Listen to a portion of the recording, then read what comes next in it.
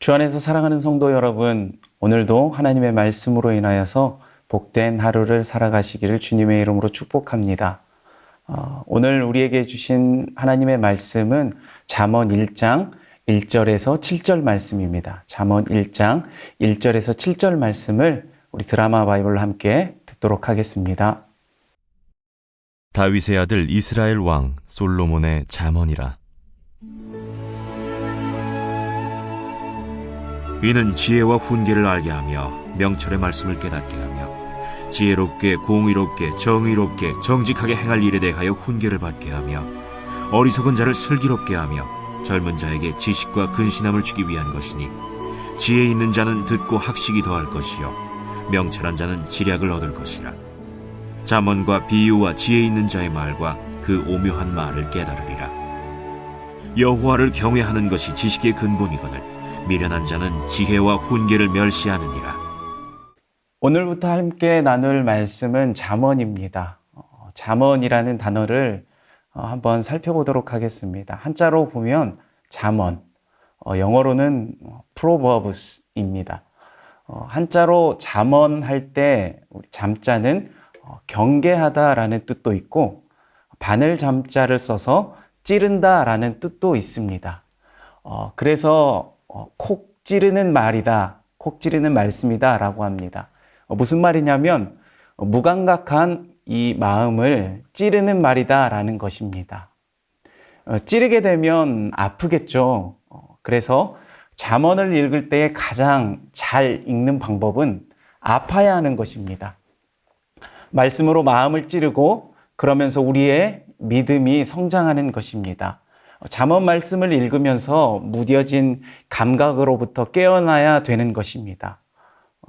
영어로는 Proverbs인데 프로라는 단어는 앞에라는 뜻이죠. 앞에라는 뜻이고 verb라는 단어는 동사라고 하는데 여기에는 말이라는 뜻도 있습니다. 그러니까 미리 하는 말이라고 생각하면 됩니다. 이미 당해보기 전에 말로 먼저 아는 것입니다. 우리가 타는 자동차를 한번 생각해 봅시다. 우리에게 편리함을 주고 우리 생활에 없어서는 안 되겠죠. 그 자동차를 미리 정비하면 안전하게 잘 탈 수 있습니다. 하지만 미리 정비하지 않고 계속 타다 보면 고장이 나고 또 큰 사고도 날 수도 있죠. 그러면 그때서야 수리를 하게 됩니다. 여러분, 우리의 인생도 마찬가지입니다. 큰 어려움을 당하기 전에 미리 정비하는 인생, 미리 정비하게 되는 지혜의 말씀이다. 우리가 이렇게 이해할 수 있다는 것입니다. 무뎌진 감각으로부터 깨어나는 말씀, 미리 정비하게 되는 지혜의 말씀이다라고 정의할 수 있다는 것입니다. 그러면 우리가 본문 1장 1절 말씀을 함께 보도록 하겠습니다. 1절 말씀을 함께 보겠습니다. 다윗의 아들 이스라엘 왕 솔로몬의 잠언이라. 여러분, 이렇게 설명한 이유가 무엇일까요? 솔로몬은 자신의 이름을 밝힘에 있어서 자신이 다윗의 아들이며 이스라엘의 왕임을 밝히고 있습니다. 여기에는 두 가지로 이해할 수 있습니다. 첫 번째는 자신의 출생의 표명은 하나님의 주권적인 선택이다. 즉 하나님의 약속에 근거했다라는 것을 보여주고 있다라는 것입니다. 사무엘하 7장에 보면 나단 선지자를 통한 그 하나님께서 다윗에게 주시는 약속의 말씀을 기반으로 하고 있다라는 것입니다. 결코 이 말씀이 만만한 단순한 메시지가 아니다라는 것입니다. 또한 이스라엘 왕이라고 밝히는데 이스라엘 왕은 누구입니까? 진짜는 하나님이죠. 이스라엘 왕이라고 그러면 나머지 사람들은 대리인입니다. 그러므로 이 두 말씀을 합쳐보면 하나님께서 언약 공동체에게 주는 말씀이다라는 것입니다. 좋은 말들의 나열이 아니라 권위를 말하고 있는 것입니다.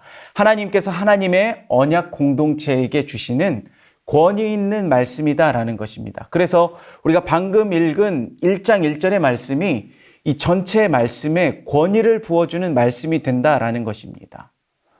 잠언을 쓴 목적이 무엇입니까? 여기에도 두 가지가 있는데요. 바로 지혜와 훈계입니다. 지혜는 히브리어로 호크마라는 단어인데 호크마는 무슨 뜻이냐면 판단력입니다. 또는 일처리 방법을 아는 것입니다. 그래서 지혜는 판단력과 일을 처리하는 방법이다라는 것입니다. 그리고 훈계는 책망과 바로잡음입니다. 바로잡음입니다. 여러분, 바로잡음은 수정 기능이죠. 우리의 인생도 이 말씀을 들음으로 수정을 할 수가 있는 것입니다. 그래서 우리에게 지혜와 훈계가 필요한 것입니다. 내가 판단력이 있다고 할지라도 갈 힘이 없을 때, 걸어갈 힘이 없을 때, 갈 길을 모를 때, 그때마다 훈계하십니다. 누가 훈계하십니까? 바로 성령님께서 훈계하신다라는 것입니다. 보혜사 성령의 개념이다라는 것이죠. 특별히 오늘 우리가 살펴본 본문은 서론 부분인데 2절부터 6절까지의 말씀 중에 그 인상 깊은 것이 무엇이냐면 어리석은 자와 젊은 자를 동일시합니다. 젊은 사람들이 들으면 기분 나쁠지 모르지만 젊은 사람이 어리석다라는 것입니다. 여러분, 어리석다의 뜻이 무엇일까요? 어리석다의 우리말 어원을 한번 살펴보았습니다. 그 뜻은 무엇이냐? 얼 플러스 석다입니다. 얼. 여러분, 얼이라는 단어를 잘 아시죠? 얼은 무엇입니까? 바로 생각, 정신이라는 것이죠. 그렇다면 석다는 무엇이냐면 찾아보니까 눈이 이렇게 쌓입니다. 쌓인 눈 속으로 녹거나 또한 식혜가 익을 때에 그 괴는 그 물방울 속으로 사라져가는 것을 의미한다라는 것입니다. 정신이 안쪽에서 눈치채지 못하는 상황에서 슬그머니 조금씩 빠져나가 허술해져 버린 것. 한마디로 겉은 멀쩡해 보이지만 속이 비어 있다라는 것입니다. 이게 바로 석다라는 뜻입니다. 그러므로 어리석다라는 것은 무엇입니까? 생각이 비어 있다. 흔한 말로 우리가 이렇게 말하죠. 골이 비었다라는 것입니다. 그런데 오늘 성경은 젊은이와 같다라는 것입니다. 4절 말씀을 보면 4절에 이렇게 나와 있습니다. 어리석은 자를 슬기롭게 하며 젊은 자에게 지식과 근신함을 주기 위한 것이니 라고 말하고 있습니다. 우리는 이 말씀을 볼 때에 겸손하게 받아들일 필요가 있습니다. 우리가 젊었을 때는 다 아는 것 같이 보이고 또 힘이 넘치게 보이지만 젊은 시절에는 더 배워야 한다라는 것입니다. 훨씬 더 많이 배워야 합니다. 그래서 오늘 성경 이 잠언의 시각이 어리석음과 젊은 자가 동의어이다라는 것을 깨닫고 젊었을 때는 제일 많이 해야 되는 고백이 무엇이냐면 주님, 저는 어리석은 자입니다. 어린아이와 같습니다. 아무것도 모릅니다. 길을 알려주십시오라고 고백하는 것이 바로 지혜다라는 것입니다. 그런 말씀을 하고 있다라는 것입니다. 여러분, 그러면 이미 지혜로운 자는 어떻게 됩니까? 더 지혜롭게 되는 것입니다. 판단력이 더 좋아지고 통찰력이 있고 더 지혜롭게 되어진다라는 것입니다. 5절에서 6절 말씀을 보니까 지혜 있는 자는 듣고 학식이 더할 것이요 명철한 자는 지략을 얻을 것이라. 잠언과 비유와 지혜 있는 자의 말과 그 오묘한 말을 깨달으리라 라고 나와 있습니다. 여러분, 그렇다면 오늘 말씀하고 있는 이 잠언의 목적은 무엇입니까? 바로 지혜와 훈계, 이 두 가지의 목적이 있다라는 것입니다. 기준을 세워주는 것, 또 일 처리하는 방법, 또 하나 바로 잡아주는 기능이 있다라는 것이죠. 사실 그 지혜의 영이 누구이십니까? 우리 신약으로 오면 예수님의 말씀이 기준이 되고 바로 성령님께서 우리에게 바로 잡을 수 있도록 알려주신다라는 것입니다. 훈계라는 말이 나올 때에 우리는 성령님 의지하면 되겠구나라고 우리가 생각하면 된다라는 것입니다. 오늘 본문 2절에서 6절까지의 말씀을 우리가 다시 한번 읽어보도록 하겠습니다.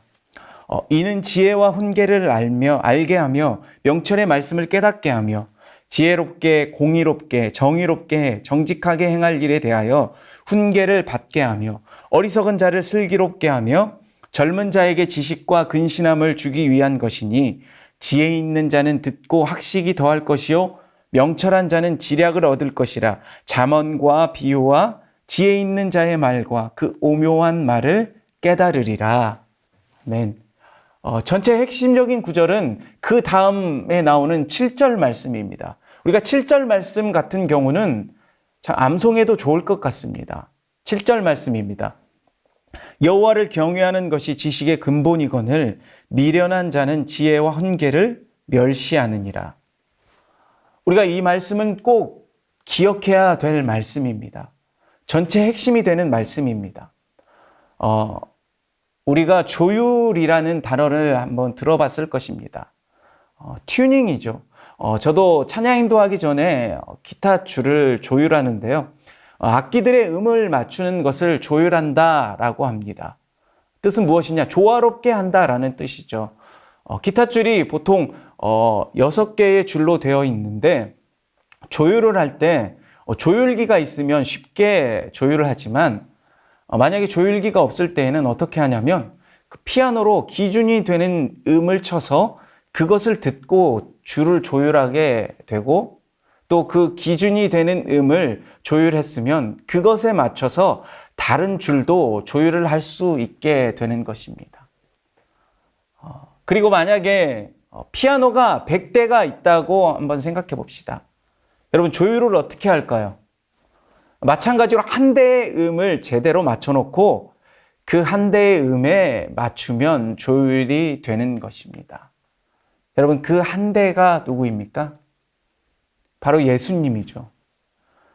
우리는 예수님께 맞춰야 하는 것입니다. 그게 바로 조율이라는 것입니다. 그러므로 여호와를 경외한다라는 것은 무엇이냐면 경외한다, 두려워한다라는 뜻인데 하나님께서 기준이 되는 인생이다라는 것입니다. 그것이 지식의 근본이다라는 것입니다. 내 뜻이 아닌 것입니다. 그래서 우리의 신앙이 어릴 때는 참 엉뚱하게 기도합니다. 주님, 제게 이것이 필요합니다. 이것을 주십시오라고 기도하게 됩니다. 주님 앞에 떼를 쓰게 되는 것이죠. 하지만 진정한 기도의 내용인 어떤 것입니까? 주님의 뜻이 이루어지는 것입니다. 주님, 주님의 뜻이 나를 통하여 이루어지길 원합니다. 라고 기도하는 것입니다.